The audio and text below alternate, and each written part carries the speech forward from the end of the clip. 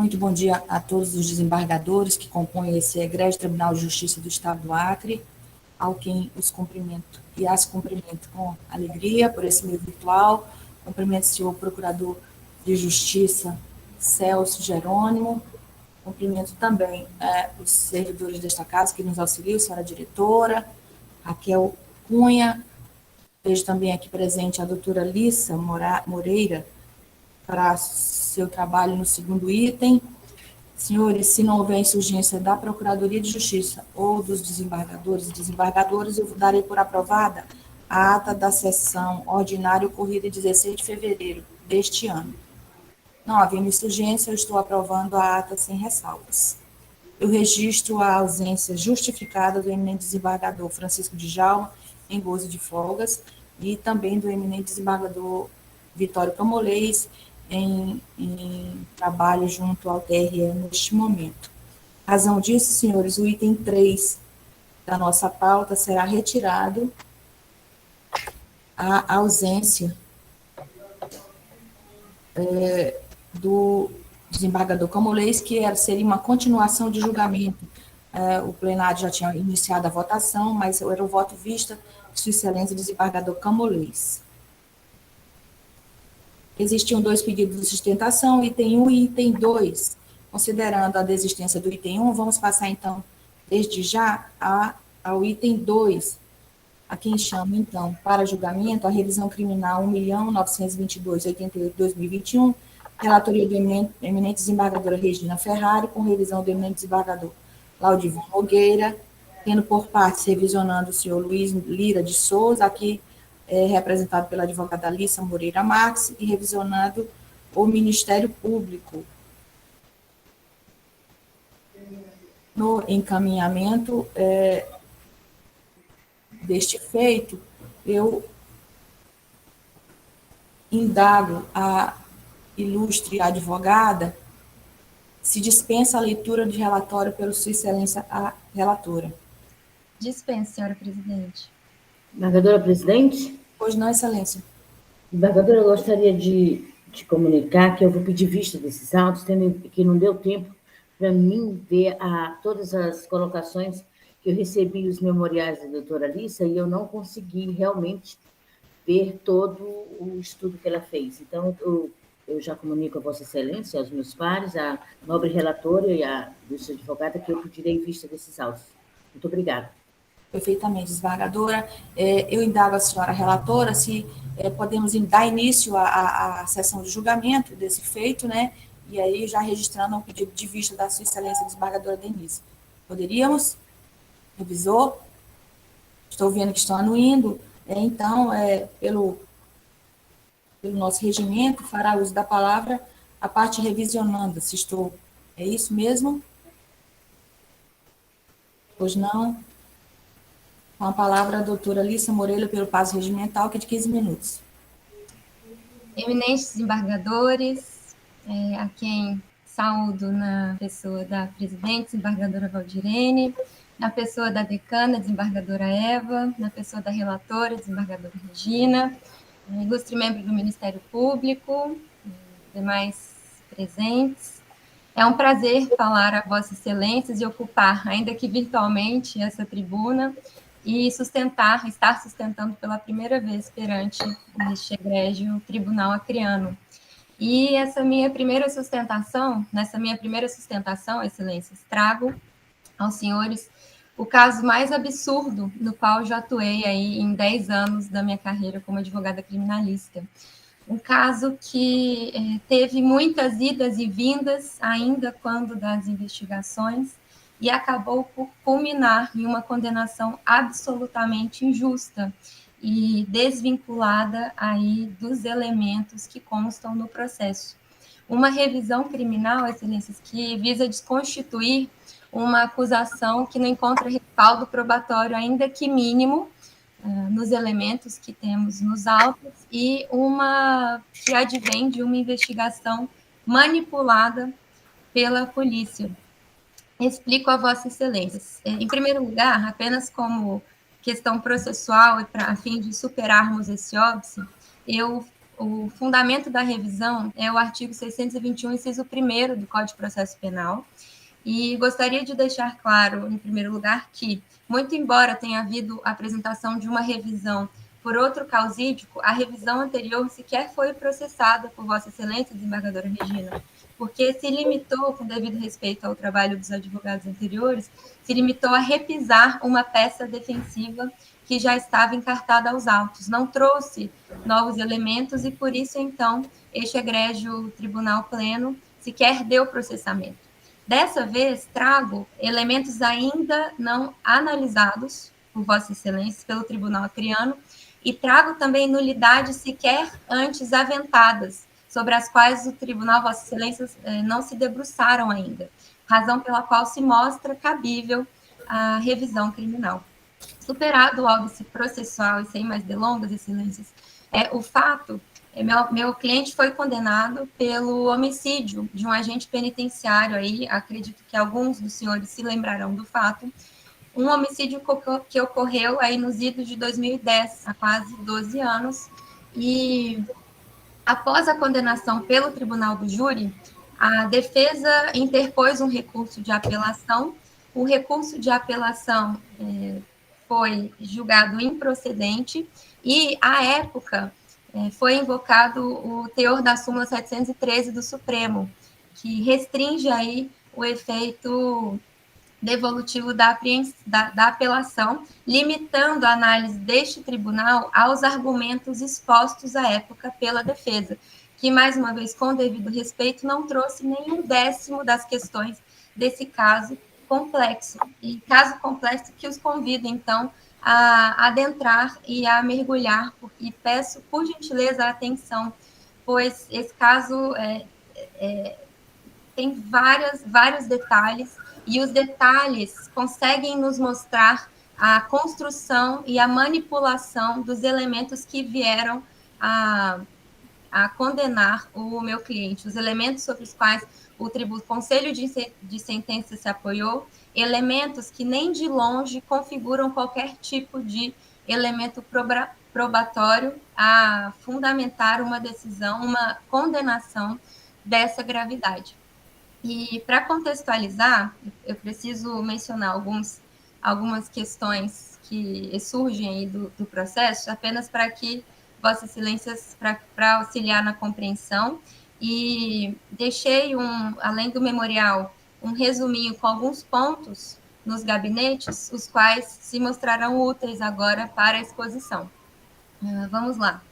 O meu cliente, Excelências, o Luiz Lira, foi denunciado em conjunto com a pessoa de Gleicemildo pelo homicídio de um agente penitenciário, pois ele estaria aí, o motivo seria a vingança por ter sido agredido por esse agente penitenciário, diretamente por esse agente penitenciário. Meu cliente foi denunciado, e daí já começam os absurdos, meu cliente foi denunciado com uma pessoa que já havia sido excluída da participação dos fatos. Essa questão, Excelências, está às folhas 112 dos autos. Meu cliente foi denunciado com a pessoa de Gleicemildo, cuja polícia, num relatório, expressamente assentou. As investigações levadas a efeito concluíram que o Gleicemildo não teve participação no fato. Muito bem. Essa é a primeira questão que chama a atenção. Após a denúncia, e a primeira fase afeta ao Tribunal do Júri, diante da absoluta ausência de elementos, né, a indicar autoria, ainda que indícios mínimos de autoria, o magistrado togado, o único magistrado togado que teve contato com os elementos que constavam aos autos, o magistrado togado entende por bem impronunciar o meu cliente. E o faz invocando o teor do artigo 155 do CPP e ressaltando que não há indícios mínimos, aqui repito, não há indícios mínimos e não há elemento algum que justifique. Ele ressalta as fragilidades da investigação, ele analisa detidamente o porquê do meu cliente não poder ser pronunciado. Ele analisa cada um daqueles indícios que haviam sido aventados pela polícia e desconstrói, né? Indica que aquilo não se vale, ainda que no juízo, né, de admissibilidade acusatória a indicar qualquer tipo de participação do meu cliente nos fatos. O Ministério Público, em uma apelação intempestiva, isso está em uma das nulidades apresentadas na revisão criminal, o Ministério Público apresenta um recurso de apelação.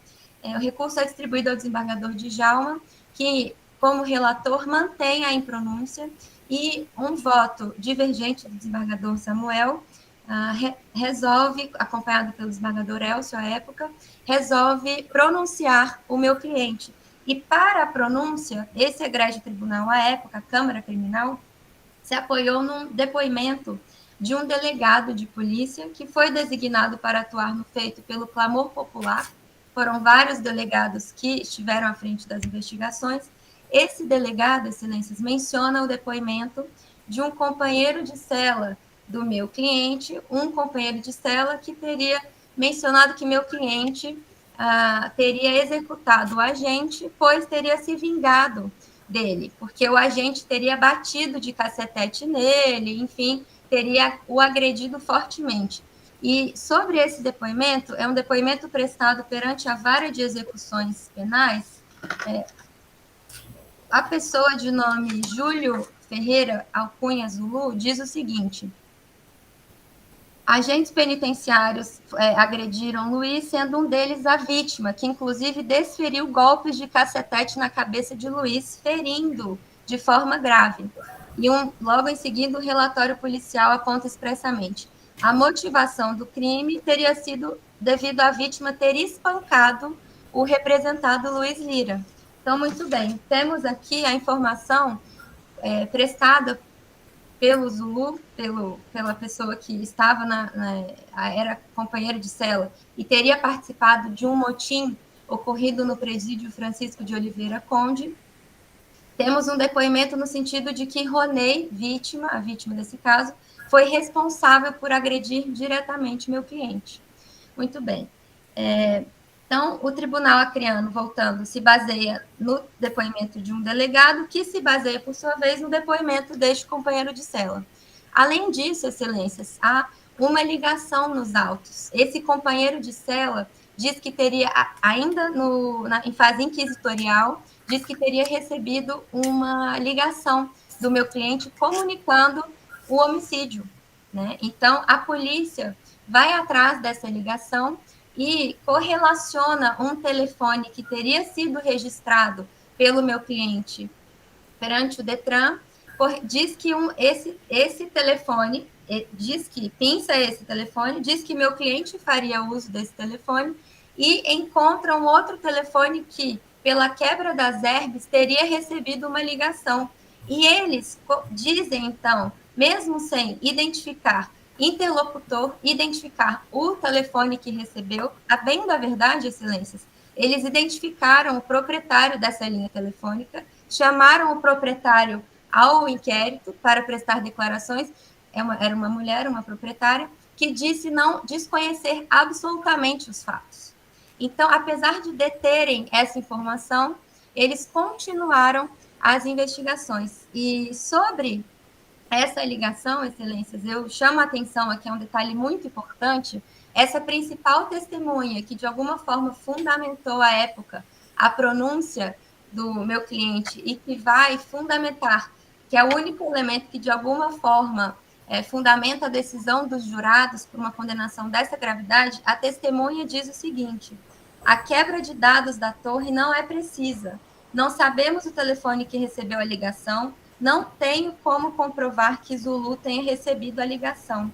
Só sei que existiu um telefone. O telefone que recebeu a ligação estava registrado no nome de outra pessoa. A pessoa foi ouvida e não tinha relação com as pessoas envolvidas. Muito bem. Esses são os elementos, excelência. Tem mais um detalhe que eu não posso esquecer de trazer para os senhores. O Zulu, essa testemunha que está embasando o depoimento do Carlesso, que é o delegado, o Zulu nega em juízo as declarações. Então, nós não temos nenhum tipo de elemento probatório, e daí, razão pela qual o magistrado Leandro Gross, magistrado togado, resolve impronunciar a época. Muito bem. Reformada a decisão de impronúncia pronunciado o acusado, com algumas frases que, com devido respeito, excedem uma decisão de pronúncia, e essa é uma outra preliminar que trago na revisão. O acusado vai a júri, né? À época, o acusado, o hora revisionando, vai a júri, e Vossas Excelências podem me perguntar, mas o Conselho de Sentença, então, Lissa, não dispôs de nenhum outro elemento para condenar Luiz? Não.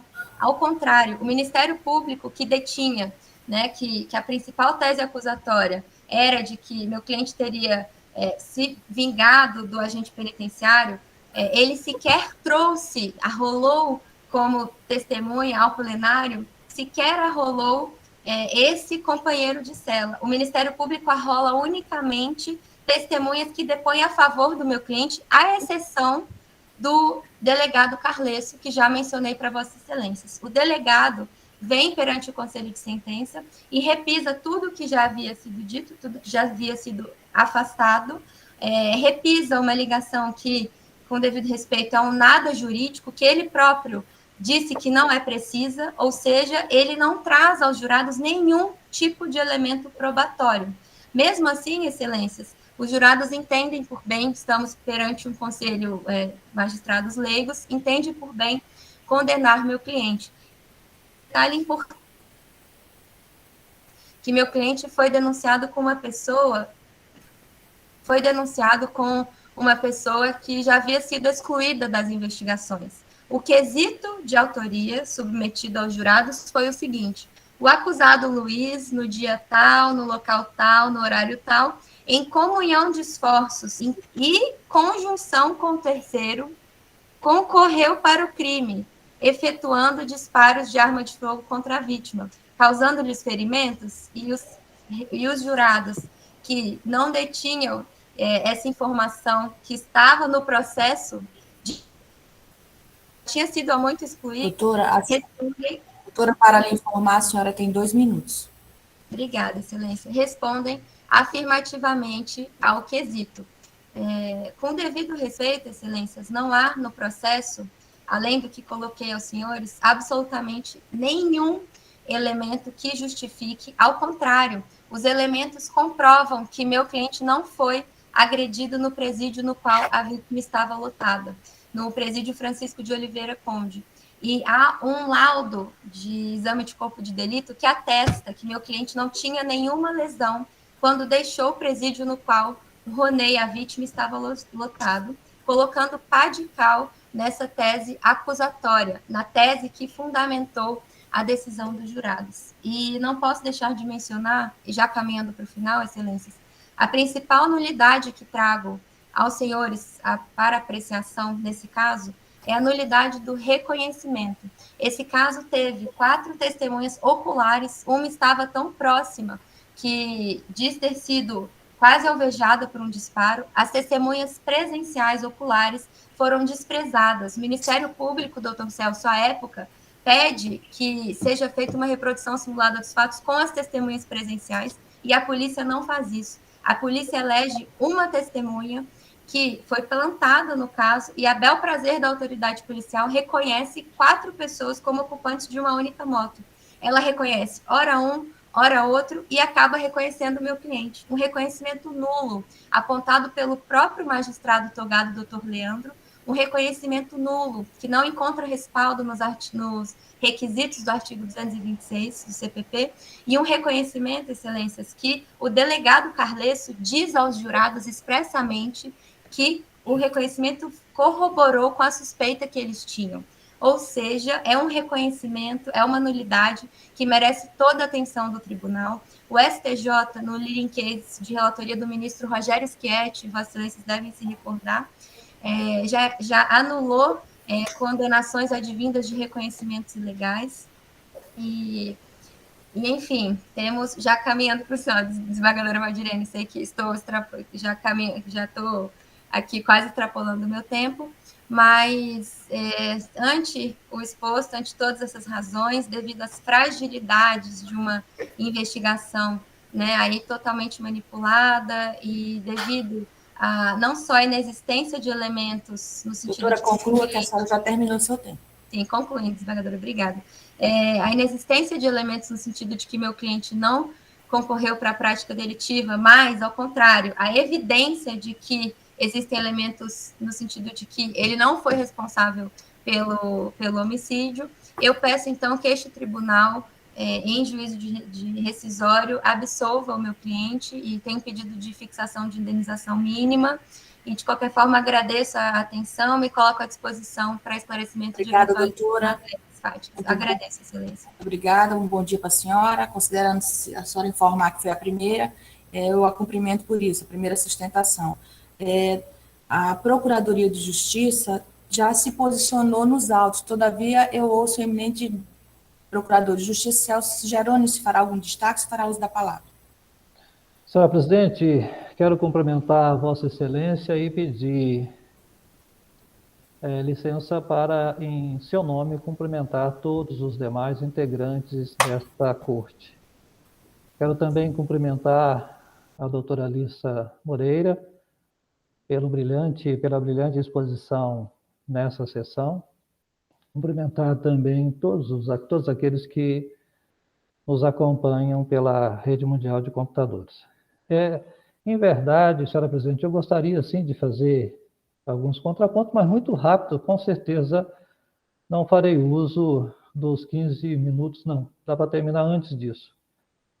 E eu digo que, como Vossa Excelência bem destacou, aqui quem lançou um parecer, aliás, um parecer bastante extenso, com 17 páginas, que foi a doutora Patrícia de Amorim Rego, e eu fiz aqui um resumo do que a doutora Patrícia já lançou, né? Essa corte já conhece, porque está lançada aí nos autos, a página 1590 a 1607.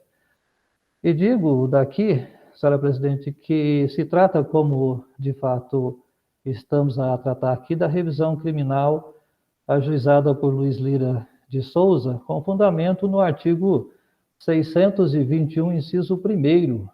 E esse artigo, ele diz o seguinte: a revisão criminal dos processos findos será admitida, inciso 1º, quando a sentença condenatória for contrária ao texto expresso de lei penal ou à evidência dos autos. Pelo que eu estou aqui a compreender, o fundamento aqui dessa revisional está associado à parte final desse inciso 1º do artigo 621. Então, digo eu, objetivando desconstituir a respeitável sentença condenatória proferida nos autos da ação penal número 016-482-70-2010, que foi proferida no âmbito do juízo da primeira vara do Tribunal do Júri da Comarca de Rio Branco, que, à luz do disposto pelo egrégio Conselho de Sentença, o condenou à pena de 12 anos de reclusão em regime fechado pela prática do crime descrito pelo artigo 121, parágrafo 2º, inciso 4 do Código Penal. Nas suas razões, sustenta, então,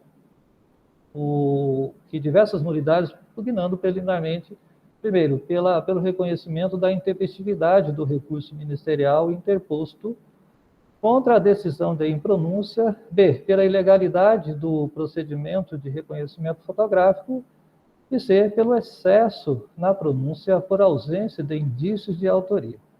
E já no mérito, ele requer a sua absolvição, como foi, inclusive, ao final da sustentação oral produzida aqui pela doutora Alissa Moreira,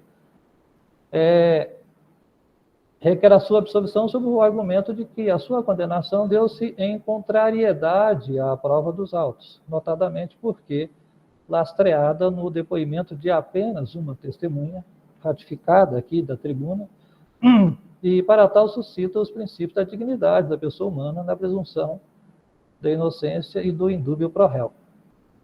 A manifestação do Ministério Público é no sentido de que, e ele se pronunciou no sentido de que não se conheça da presente ação revisional, mas, se for conhecida, no mérito está encaminhando no sentido da improcedência da ação revisional, para que seja mantida inalterada a decisão proferida pelo juízo rescindendo.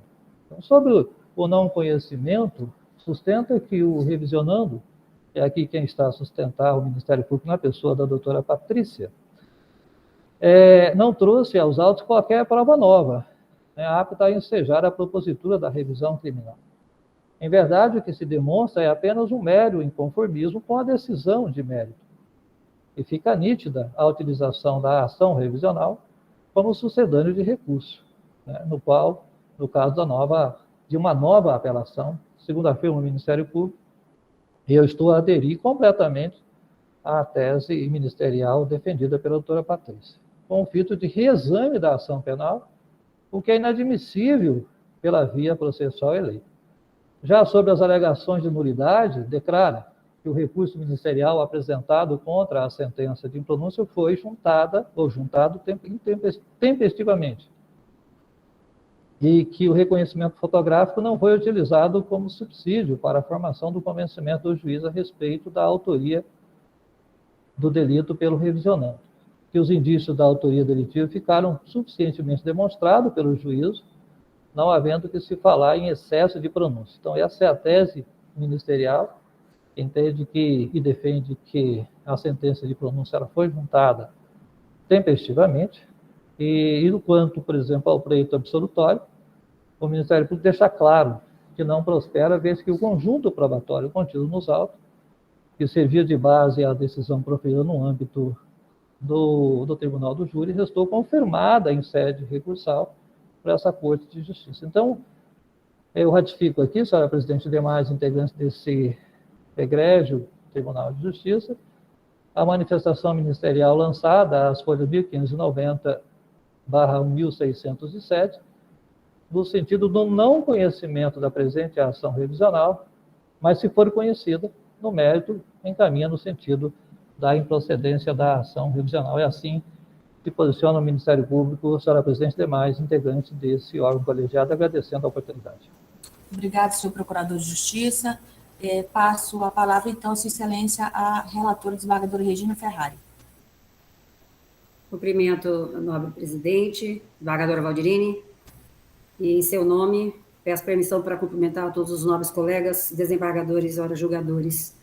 Cumprimento o nobre Procurador de Justiça, doutor Celso Jerônimo, prazer tê-lo aqui conosco, e também a advogada Lissa Moreira, prazer também tê-la conosco nessa plataforma de julgamento, ocasião em que já aproveito para parabenizá-la pela sua zelosa manifestação e combatividade junto e à frente dos interesses do seu cliente. Eu cumprimento os nobres advogados também aqui na plataforma e senhores servidores. Bem, o relatório fora dispensado e, portanto, nós, antes de adentrarmos ao voto propriamente dito, sabemos nós que essa situação muito bem colocada, bastante delicada, porque estamos a trabalhar o jus libertatis, né, o direito à liberdade de todo cidadão esculpido na nossa Constituição Federal. Faço aqui, antes de adentrar o meu voto propriamente dito, apenas uma propedêutica sobre o assunto e um refletir maior sobre o tema, sobre o Instituto da Revisão Criminal. Revisitando toda a doutrina, antes, porém, de adentrar ao caso concreto propriamente dito, revisitando toda a doutrina, toda a jurisprudência, realmente nós nos colocamos em perfeita reflexão acerca, como eu disse, desse tema tão delicado que é o jus libertatis. Revisitando os temas da jurisprudência em tese do STJ acerca da revisão criminal, eu colhi dois, apenas para dizer quais são os corolários que poderiam nos fazer colocar-nos ao diálogo e ao debate, tão somente. Tema de item 13 e de item 9.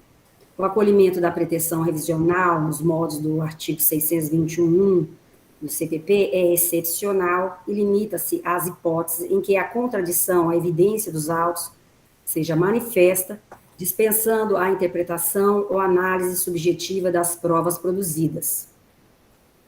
E também o item 9, que diz que a soberania do veredito do tribunal do júri não impede a desconstituição da decisão por meio de revisão criminal. E aí, refletindo sobre o item 13, vai uma ampla discussão, a jurisprudência é bastante reiterada, informa que não basta o que seria a prova contrária à evidência dos autos, o que seria a fragilidade de provas versus a fragilidade da prova, se admite uma nova interpretação pelo juiz, no caso, nós, aqui agora, que somos juízes dessa causa, à frente também da reinterpretação destas provas em torno da livre convicção do magistrado. Uma situação também bastante trazida pelos doutrinadores e pela jurisprudência. É certo que a questão da suficiência probatória merece ser alvo de atenção sob diversas perspectivas. E nós sabemos que nas mais variadas fases processuais, desde o recebimento da denúncia até o momento da condenação. Portanto, é preciso enfatizar a importância da prova na revisão criminal, isto é, após o trânsito julgado na sentença condenatória penal. Eu continuo ainda acerca dessa introdução breve sobre o tema. Uma consideração ainda sem adentrar ao processo propriamente dito. Digo eu que a revisão criminal, ela nós sabemos, o último instrumento disponível ao cidadão para restituir, né, o seu status de inocência, destinado a corrigir situações de justiça extrema, que são as condenações indevidas. Nessa perspectiva, o raciocínio que tem lugar em sede de revisão deveria se orientar pelos mesmos parâmetros de suficiência probatória de que se valem os julgadores para a determinação dos fatos na ausência da coisa julgada. Ocorre que o ordenamento jurídico brasileiro ainda carece de uma expressa previsão legal de standard da prova penal, a qual consolidaria a escolha por um sistema racional para a legitimação e limitação do poder punitivo estatal. Por isso, indagar sobre esse padrão, esse standard probatório para a revisão criminal implica questionar quais valores e políticas estão envolvidos em se tratando da determinação dos fatos do sistema brasileiro, em cujo contexto se verifica elevado número de condenações, no qual não se dispõe de um critério objetivo predeterminado de suficiência probatória para a desconstituição da presunção da inocência. Então,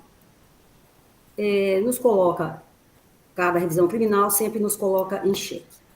E na apreciação da revisão criminal, nós temos visto, não raras vezes, que a maioria dos tribunais, Brasil afora, sempre colocam esta situação de que não há provas novas e, portanto, há revolvimento apenas dos fatos e, portanto, não podemos reinterpretar ou reanalisar a prova. Então, nos colocamos a pensar frente a vários e vários julgados colocados, inclusive do STF, dizendo também, e a maioria dos tribunais assim entende, que na revisão criminal a dúvida não beneficia o peticionário. Mas é uma reflexão apenas para nós e a partir de então, será que não poderia beneficiar? Então, depois de, como eu disse, revisitando toda a jurisprudência, a maioria é nesse sentido, para que os novos trechos, inclusive, de decisões, eu colhi, estudei bastante o caso e entendi muito bem e perfeitamente a preocupação de vários enunciados, de várias reiteradas jurisprudências e também de várias argumentações colocadas por vários juristas que tratam da matéria. Nós temos ainda o outro lado, não é, da situação, em que vários e vários tribunais também se debruçaram para a matéria, dizendo que pode, sim, a tutela da inocência ser trabalhada, ser acolhida, né, sim ou não, mas tem que ser revisitada quando a revisão criminal é fundada no artigo 621, inciso 1 do Código de Processo Penal. Pois bem, para saber se uma revisão criminal para saber se uma revisão criminal pode ser admitida ou não, e a revisão criminal, exatamente, ela se situa numa linha de tensão entre a segurança jurídica instituída pela imutabilidade da coisa julgada e a necessidade de desconstituí-la em nome do valor justiça, né? É preciso, então, que nós, para saber se aquele julgado, o qual colocou o réu em condenação e em sede de revisão, se ela é estribada no artigo 621, para saber se essa prova apresentada é contrária à evidência dos autos, é preciso que se mergulhe na prova. Então, essa reflexão é bastante importante para nós a partir de então. Entretanto, sabemos nós que ela é uma ação penal de natureza cognitiva, é sui generis, e, como eu disse, há tensão também na jurisprudência sobre isso. Por quê? Porque vários e vários doutrinadores também dizem, e há vários e várias jurisprudências que assim enunciam, que a sentença contrária à evidência dos autos é aquela que não tem nenhum respaldo nos elementos probatórios, proferida de forma totalmente divorciada do contexto, em sentido contrário daquela que emerge dos autos. Então, para saber se o decisum foi contrário à evidência dos autos, há que se reexaminar a prova produzida e se a sentença está de acordo com o conjunto probatório formado na ação penal, de modo que o fundamento de que é impossível o reexame das provas é inadequado. Porém, contudo, no nosso caso concreto, há o óbice intransponível para conhecer esta presente revisão criminal, e agora eu passo ao voto propriamente dito. Muito embora, como eu já disse, Vossas Excelências, né, há diversos julgados, inclusive do STJ e do STF, dizendo, se fosse o caso, né, que poderíamos sim trabalhar, mesmo diante de poderíamos sim trabalhar a revisão do conjunto probatório, de sentença contra a evidência dos autos, frente à fragilidade evidente deste conjunto probatório. Pois bem, eu passo ao voto propriamente dito.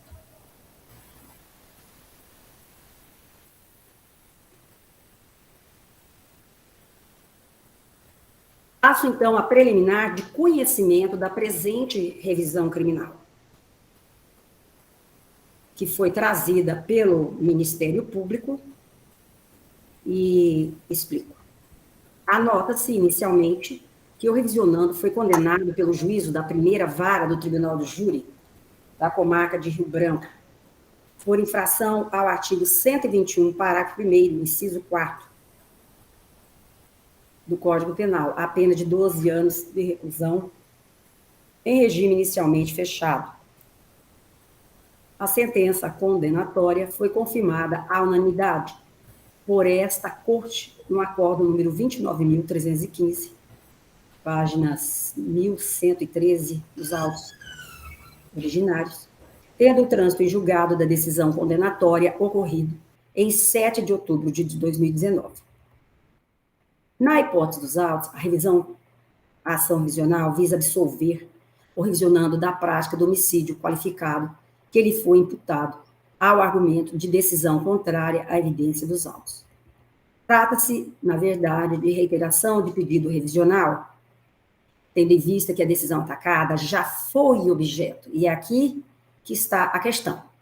Já foi objeto de revisão anterior, não conhecida à unanimidade nos termos do acórdão número 11.402, também proposta pelo requerente, e já transitada em julgado, cujo objeto é idêntico, pois também fora fundada nos termos do artigo 621, inciso 1 do Código de Processo Penal, conforme se verifica no bojo de toda a revisão criminal e também do pedido da primeira petição, da primeira revisão criminal, às páginas 33. Ele diz: em consonância no artigo 621, segunda parte, contrária à residência dos autos, e 2 do Código de Processo Penal, finalmente, acate o requerimento e repare a injustiça da sentença transitada e julgado no tocante à condenação manifesta, contrária à prova dos autos, ocorrida na sessão do Tribunal do Júri da primeira vara de Rio Branco, e, consequentemente, absolver sumariamente ou revisionando, haja vista a fragilidade de indícios de participação ou prática do crime que foi condenado. Tudo que anule o julgamento anterior, mandando a novo julgamento, a fim de sanar a injustiça por que ora passa o recorrente. E aí, dessa primeira revisão, resultou o julgado à unanimidade, com preliminar de não conhecimento acolhida. Muito bem. Com efeito, o artigo 622, parágrafo único do Código de Processo Penal, prevê a possibilidade de haver reiteração de pedido revisional, porém esta somente poderá ocorrer se alicerçado em novas provas, sob pena de ser inadmitida. Então, trago aqui o artigo 622, parágrafo único, que diz: não será admissível a reiteração do pedido, salvo ser fundado em novas provas. Entretanto, em caso em que pesem as argumentações trazidas pelo revisionando, não se verifica em uma análise detida dos autos o surgimento de novas provas capazes de infirmar o julgamento realizado na anterior revisão criminal, sendo novamente o caso de não conhecimento dos autos e análise. O revisionando traz duas nulidades, porém, estas nulidades eu só posso apreciá-las se nós decidimos conhecer a revisão. Então, não há como conhecê-las nesse momento. E, por isso, eu não posso mitigar também, nós não conseguimos mitigar o artigo 622, parágrafo único. Nesse sentido, a jurisprudência dos tribunais estaduais, representados pelos julgados abaixo. Aí trago aqui várias decisões dizendo que dispõe o artigo 622, parágrafo único do CPP, e não será admitida a reiteração de pedido revisional, salvo se alicerçado em novas provas. No caso em tela, não se constata a indicação de qualquer nova prova embasar um novo pedido de revisão criminal com o fito de reduzir, seja reduzir a pena do requerente, ou seja, com o fito de absolver o requerente. Então, são várias jurisprudências nesse sentido, inclusive duas do nosso tribunal estadual. E trouxe aqui para o conhecimento de Vossas Excelências, uma da lavra, de minha própria lavra, e também a do desembargador Camulês, tem do desembargador Francisco de Já. Uma reflexão se impõe. Se ela foi acertadamente julgada, a primeira, já que entendemos em primeira mão, já transitada em julgado, que a revisão, outrora ajuizada, necessitaria de ampla revisão das provas, é um debate que pode ser colocado. Foi acertada esta decisão ou não? Ocorre que, nesta segunda revisão, por haver transitado em julgado a primeira revisão, que, inclusive, for ajuizada sob o mesmo fundamento, estribada no artigo 621 do CPP, então, não é possível, inclusive já transitado em julgado, não é possível. Então, agora, uma segunda revisão somente com provas novas, o que poderá ainda ser feito, porque a revisão criminal pode, até a extinção da pena, ela pode ser a qualquer tempo ser agilizada. Então, destaque-se ainda que, em sede de revisão criminal, embora seja possível a reanálise do conjunto probatório, quando demonstrada que a condenação está fundada contra a evidência dos autos, neste caso concreto, pelo fato do peticionário, como eu já disse, já haver ajuizado uma revisão criminal pelo mesmo motivo, e em não trazendo provas novas agora, conforme dispõe o artigo 622, parágrafo único do CPP, não é possível o peticionário se valer da reiteração do pedido de revisão criminal como se novo recurso fosse, a fim de obter o acolhimento de sua pretensão anteriormente rejeitada. Assim, eu estou acolhendo a preliminar de inadmissibilidade da revisão criminal, não colocada, por não haver erro grosseiro ou novas provas a justificarem a reiteração do pedido revisional, não propriamente com os mesmos fundamentos trazidos pelo Ministério Público, porque ele não aventou a questão do artigo 622, parágrafo único, então eu estou acolhendo a inadmissibilidade por força do artigo 622, parágrafo único do CPP, por força de que já houve uma primeira revisão e nesta segunda não houve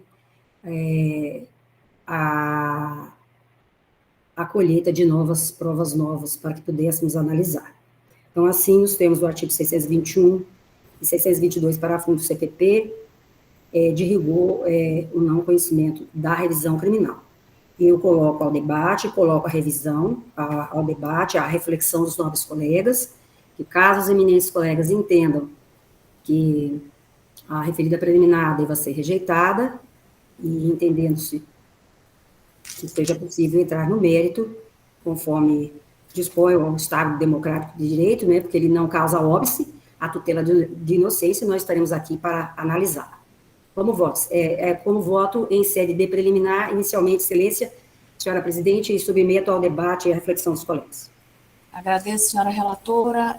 Nós temos mais duas outras preliminares. Essa, a que está sendo submetida à apreciação do colegiado, é de não conhecimento da demanda. Os senhores, relembro aos senhores que, como se tem sustentação oral, a votação é tradicional, eu verei o encaminhamento de voto de todos os desembargadores. Desembargadora Evangelista, como se manifesta com relação à preliminar de não conhecimento da revisional? Excelência, revisão criminal e ao revisor, desembargador Laudivon Nogueira. Perfeito. Perdão, excelência, o desembargador Laudivon Nogueira, revisor desta revisão criminal. Como você... Senhora presidente, com licença, me permite um esclarecimento de fato muito rápido, por favor? Doutora, a senhora já teve tempo oportuno, inclusive até ultrapassou, e a oportunidade desse colegiado. Rápido, eu vou, como já iniciamos a votação, eu vou indagar a senhora relatora se ela autoriza o revisor. Desembargadora? Pois não. Desembargadora Regina, Vossa Excelência autoriza o esclarecimento, já começamos o julgamento. Eu consulto o senhor revisor, que ele estava com a palavra. Senhor revisor? Senhora presidente, se tratando de esclarecimento de fato, não tenho nenhuma objeção. Ok. Presidente, só me permite, eu não estou conseguindo liberar a minha imagem, só para efeito de registro, não estou conseguindo. Mas eu estou aqui assistindo a sessão, não estou conseguindo, só para efeito de registro. Talvez eu saia da sala e tente adentrar novamente, tá? Ok, desembargador, pois não. Senhora desembargadora Regina, a senhora tinha alguma consideração? Não? A doutora Alissa quer fazer um esclarecimento e o senhor revisor autorizou. Se for rápido, senhora...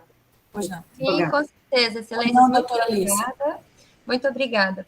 As folhas 113, 1113, que consta o acórdão de não conhecimento da revisão anterior, restou consignado por Vossa Excelência, doutora Regina, que uma leitura mais atenta das contrarrazões ao recurso de apelação da impronúncia, percebe-se que a revisão não discrepa dos argumentos lançados naquela peça. Esse foi o argumento para não conhecimento da rejeição. A revisão anterior repisou uma peça que já constava no processo, que, com devido respeito, difere totalmente da minha, que traz elementos ainda não, sobre os quais ainda não se debruçou o tribunal acreano. Obrigada, excelências. Agradeço, doutora. Com a palavra o revisor, desembargador Laudivon Nogueira. Senhora presidente, eu cumprimento Vossa Excelência, cumprimento os eminentes pares, cumprimento o doutor procurador de justiça, doutor Celso Jerônimo, cumprimento a doutora advogada, doutora Alissa Moreira, Cumprimento os servidores desta casa e eu faço na pessoa da nossa diretora judiciária. O presente caso, como visto, ele apresenta questões significativamente relevantes, né, e que isso demanda uma especial atenção, mas, evidentemente, se ultrapassar do óbice, que é este que nós estamos a apreciar nesta preliminar, que é relativo à admissibilidade da própria revisão criminal. Há questões importantes, sem dúvida nenhuma, foi mencionado pela outra advogada, patrona do revisionando, são questões muito importantes e seus fundamentos são relevantes. Entretanto, como foi assentado pela eminente relatora, a revisão não pode ser conhecida, pois a pretensão de reexame dos fundamentos lançados na decisão, que transitou em julgado, foi objeto de outra revisão criminal. Não seria apta, então, a embasar a reiteração da nova revisão criminal. Então, esse foi o óbice que está posto.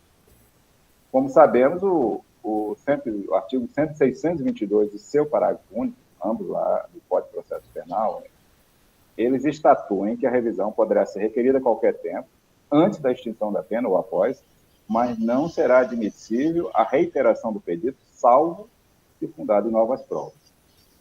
Essa é a nossa moldura jurídica que nós temos aqui. E quanto a esse ponto, especificamente esse ponto, sem tratar dos argumentos relativos ao mérito, evidentemente, só poderemos fazer essa imersão, como observado pela relatora, se essa porteira, que é a admissibilidade, for aberta. E aí, nesse ponto, eu concordo com a relatora em relação ao não conhecimento da revisão criminal, e assim chego a essa conclusão pelo fato de que a ação que estamos a examinar possui partes, pedido e causa de pedido idêntica, sim, à revisão criminal 1.230.026/2020, já apreciada e não foi conhecida por este plenário. Ambas essas tanto a proposta pelo mesmo revisionando agora quanto a anterior, ela está com o acórdão da Câmara Criminal, na apelação criminal 16.482, de setembro de 2010, e sustenta que o acervo probatório de ambas, que teria embasado a condenação do réu por homicídio qualificado, seria extremamente frágil, razão pela qual, de igual forma, nelas consta pedido de absolvição por contrariedade da decisão impugnada à evidência dos autos, que é o artigo 621, inciso 1, do Código de Processo Penal. Então, eminentes pares, a míngua da apresentação de prova nova, conforme estabelece 622, parágrafo único, a ensejar a absolvição do revisionando, realmente a norma de regência proíbe, não é? Nós sabemos que todo comando normativo ele tem três possibilidades. Ele proíbe, ele obriga ou ele faculta. E nesse caso é um comando deontico de proibição. Ele proíbe a repropositura da revisão criminal, que foi anteriormente rejeitada. A defesa técnica do revisionando argumenta que a referida norma proibitiva não seria aplicável ao caso concreto, tendo em vista que a segunda revisão criminal veicula argumentos distintos da primeira, e aqui foi reiterado pela doutora advogada. Entretanto, apesar do notável esforço argumentativo da patrona do revisionando, e aqui é bom que destaque que realmente fez um trabalho notável de análise dos autos, mas aqui, como eu reitero, nós não estamos entrando ainda na análise do mérito, nós estamos analisando a abertura da porteira, a possibilidade de se examinar esse mérito. Eu tenho que a justificativa ela não procede. E aí eu digo que isso se dá, tendo em vista que as teses apresentadas na segunda petição inicial, malgrado com redação distinta, como é de esperar, de uma peça que foi feita por um outro advogado, no caso, um advogado fez uma, o outro fez outra. No fundo, ambas as peças elas atacam precisamente o mesmo ponto. Isso na minha leitura que eu faço da petição inicial de ambas as revisões. A exemplo do que foi procedido nos autos 1.230.26/2020, o revisionando, por meio de sua nova advogada, pede que este plenário examine o acervo probatório produzido na ação penal que é a 16.482 de setembro de 2010, sem o advento de prova nova, conclua pela ausência de elementos suficientes à sua condenação. Não há uma prova nova para que fosse possível fazer essa análise. Claro, né, e aqui eu digo que esse procedimento implicaria a violação da regra processual, o parágrafo único do artigo 622, sem mencionar a coisa julgada, que protege as decisões tomadas na primeira revisão criminal. Então, eu entendo, comungo do raciocínio da eminente relatora, né, estou acompanhando, senhora presidente, e pelo não conhecimento da revisão criminal. Evidentemente, que se a maioria entender no outro sentido, faremos, sim, análise de todos os pontos que foram mencionados pela doutora advogada. É como voto, senhor presidente. Agradeço, senhor desembargador. Ouço a eminente desembargadora Eva Evangelista, em relação à preliminar. Senhora presidente, eminentes pares, do Procurador de Justiça, Geral de Justiça, doutor Celso Jerônimo, saúdo nobre advogada, doutora Laís Moreira, que desde já cumprimento pela sua sustentação oral muito detalhada, candente e pontual. Também a secretaria, a diretoria deste tribunal, a pessoa da doutora Raquel. Senhora presidente, eu penso, neste caso, eu sempre tenho uma interpretação extensiva ao conhecimento da revisão criminal, sempre me manifesto nesse sentido, mas, neste caso, eu vejo um obstáculo intransponível, que é aquele da norma do artigo 622, parágrafo 1 do Código de Processo Penal, que só admite a reiteração da revisão do pedido revisional, salvo em caso de novas provas, que não é o caso dos autos. Em vista, como eu disse, tanto a eminente relatora, bem detalhadamente, o eminente desembargador revisor, trata-se de a primeira revisão criminal, ela tem o mesmo objeto e a mesma causa de pedir da segunda revisão criminal. A segunda tem o mesmo objeto e a mesma causa de pedir da primeira. Então, a falta de provas novas, eu vejo esse obstáculo intransponível e, assim, não conheço da revisão do pedido revisional. Agradeço, excelência. Desembargador Samuel Evangelista, como voto. Eu cumprimento Vossa Excelência, senhora presidente, cumprimento os eminentes desembargadores, especialmente o desembargador Júnior Alberto, né, que retorna às suas atividades. Cumprimento o Procurador de Justiça, Celso Jerônimo. Cumprimento a advogada Ulissa Moreira, parabenizo a ambos pelas sustentações feitas. Senhora diretora judiciária, servidores, eu estou, senhora presidente, lançando voto, acompanhando a eminente relatora, o revisor e a desembargadora Eva. Agradeço, excelência. Desembargador Pedro Hans, como vossa excelência se pronuncia? Senhora presidenta Valdirene Cordeiro, eminente desembargadora Evangelista, quem cumprimentou da corte, dessas mulheres guerreiras, eu cumprimento o Celso Jerônimo e eu quero levar o meu abraço ao Oswaldo Neto pela recondução, aclamação ao Conselho Nacional do Ministério Público e cumprimento a ilustre advogada, doutora, que sustentou este processo. Também recebi os memoriais e a recebi em meu gabinete e fiz uma reflexão sobre este processo. O que dá para observar neste processo, eminente relatora, eminente desembargador, houve uma defesa deficiente, houve talvez falhas, como foi bem demonstrado.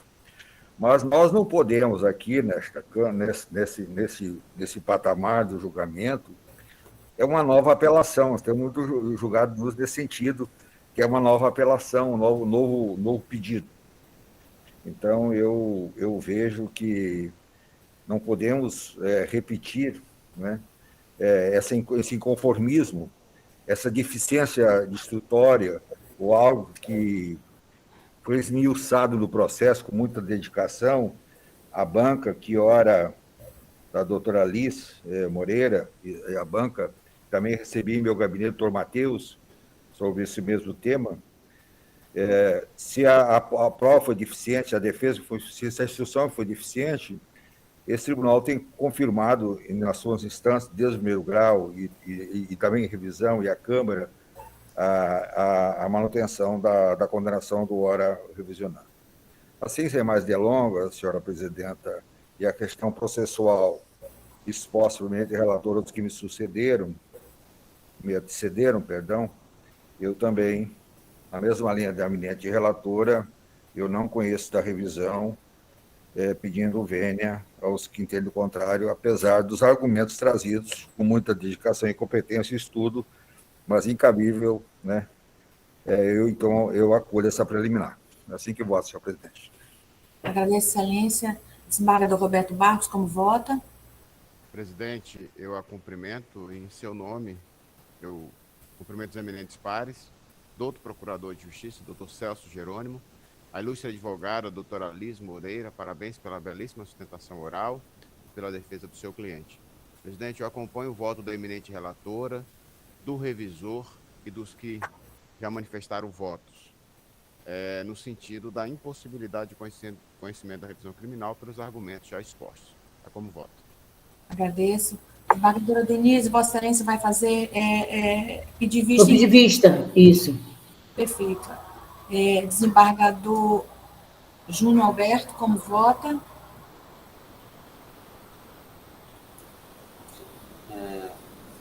Nove minhas saudações, senhora presidenta, aos eminentes pares, procurador de justiça, cumprimento a advogada pela sua sustentação bem enfática. Presidente, eu também, após analisar os autos, eu não encontrei esse fato aí relevante, ou seja, a presença de prova nova, né, a indicar a existência de um erro judiciário. É uma prova contundente, né, capaz de alterar aí a convicção sobre a inocência do revisionado. Então, estou a seguir a mesma linha de entendimento da eminente relatora, voltando aí pelo não conhecimento da presente ação revisional. Agradeço, excelência. Agradeço. Desembargador Elcio Mendes, como vota? Presidente, bom dia. Desembargadores e desembargadoras, ao cerimonial, a ilustre advogada presente, ao nobre procurador de justiça. Acompanho o relator, presidente. A relatora. Agradeço. Senhores, proclamando parcialmente o resultado, depois de votar a eminente, encaminhar voto pela relatora de não conhecimento da revisional, no que foi seguido pelo senhor revisor, bem como pelos desembargadores Evangelista, Samuel Evangelista, Pedro Ranz, Roberto Barros, Júnior Alberto e Elcio Mendes, pediu vista a eminente desembargadora Denise Bonfim. Eu agradeço a participação e, mais uma vez, cumprimento a doutora Lícia Moreira pela sua fala enfática com relação aos pontos que interessam ao seu cliente. Desejo saúde, sucesso e uma boa caminhada na carreira jurídica. Continuidade. Muito obrigada, doutora. Obrigada, excelências. Bom dia a todos. Um bom trabalho. Bom dia, doutora Lícia. Parabéns pelo seu trabalho maravilhoso. Muito obrigada, doutora Regina. Senhores, nós tínhamos uma outra sustentação, era o item 1. Como não tem, eu vou ouvir o Ministério Público se tem um destaque. Chamo, então, a julgamento os embargos infringentes 0100, 12.5684/2020, relatoria da eminente desembargadora Denise Bonfim.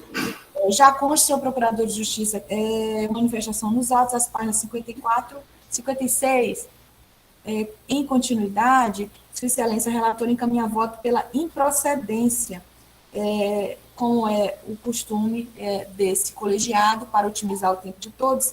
Eu ouço o eminente desembargador Pedro Ranz, como vota? Item 1, Excelência. Renova as saudações e acompanha a sua relatora sem divergência. Agradeço. Desembargador Roberto Barros. Desembargador. O procurador vai ratificar o parecer? Falar para o Pedro que o Pedro... Ratificou, Excelência, por isso que eu dei para você. Ele ratificou? Ratificou. Pedro, porque esse processo aí você foi vencedor, vencido. Teu posicionamento é que estava pouca fundamentação para tirar o cargo. Então eu vou manter meu voto divergente. Aham, Eu não li. certo. Eu não... Uhum. Mantém a divergência, Excelência. Agradeço. Desembargador Roberto Barros, como vota? Com a relatora, presidente, pedindo o eminente desembargador Pedro. Desembargador Laudivon Nogueira. Senhora presidente, eu acompanho a relatora, também pedindo vênia a divergência. Desembargador... Eram esses dois colegas que estavam faltando aqui, pelo que eu estou vendo aqui, à exceção do desembargador Pedro Anjos, os demais encaminharam o voto em sentido de acompanhar a relatora, e é como proclamo o resultado, registrando apenas a divergência do eminente desembargador Pedro Ranzi, pela improcedência dos infringentes. Senhores, nós temos o item 3 que foi retirado, a ausência do desembargador Camolês. Temos, então, os embargos de declaração no item 4, de relatoria do eminente desembargador Júnior Alberto. Tem encaminhamento de votos, senhores, desses embargos de declaração, no sentido de conhecer e rejeitar os declaratórios. Eu ouço, já também consta nos autos a manifestação ministerial, senhor procurador, pelo não conhecimento e ultrapassado pelo desprovimento, página 27 a 39. Se Vossa Excelência fará algum destaque ou não? Ok? Perfeito. Eu ouço o eminente desembargador Roberto Barros. Com a relatoria, presidente.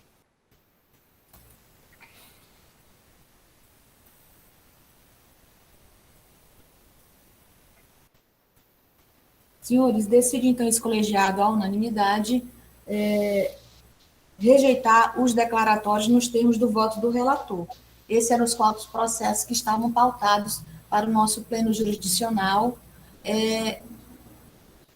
Desembargador Elcio, gostaria de fazer um esclarecimento com relação a um processo julgado. Pois não, desembargador Elcio?